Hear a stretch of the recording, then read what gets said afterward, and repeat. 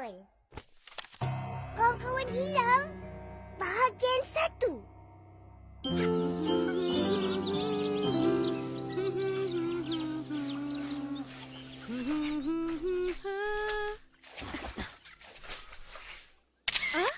Bertuah punya budak. Mana korang dapat kamera tu? Susanti punya. Kita orang pinjam kejap. Oh, ya ke? Dah ada. Akak, tengok. Cantik kan? Mestilah. Sebab akak memang cantik. Langkah ni. Nak ke mana tu? Rumah Susanti. Nak pulangkan kamera ni. Bagus. Nanti sekejap. Jangan nak lari. Ya. Nah. Tolong beli ya. Banyak ni nak dibeli. Jangan nak merungut. Ni duitnya. Ada lebih? Belilah apa yang korang nak. Yeay, terima kasih Akak. Yeay. Sama-sama. Tak sabar.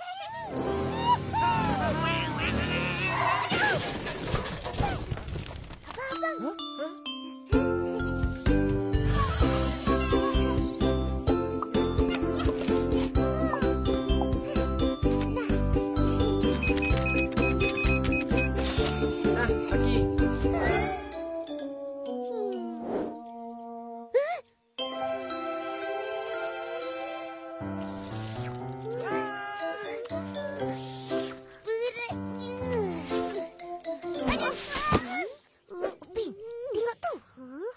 Janji buat kat sana.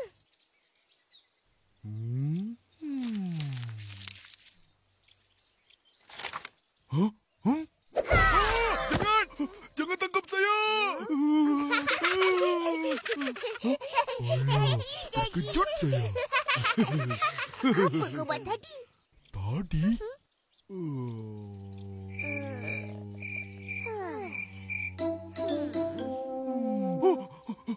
Tadi saya tengok ini. Apa tu? Ini tanda pangkal putih. Jangan kacau. Siapa kacau akan kena tangkap dengan makhluk asing.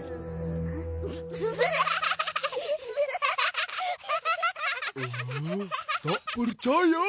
Tak percaya tak apa. Janji, siapa yang conteng ni? Kau ke? Bukan. Saya tak buat ini semua. Pokok bukan tempat conteng. Dah buruk nampak. Mari aku padamkan.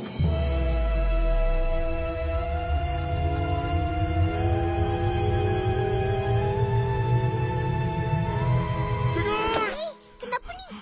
Nanti makhluk asing datang. Ayo, tak tahu pangkal putih dah terpadam. Habislah kau janji. Tidak!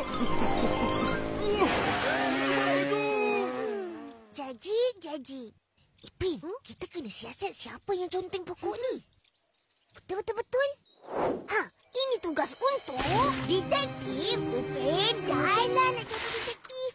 Angkat ni, berat. Betul. Orang dah balik.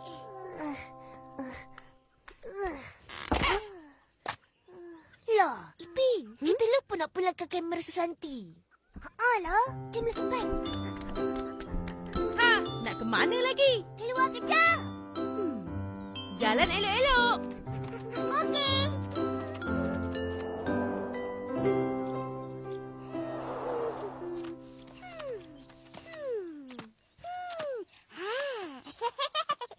La la la la la la la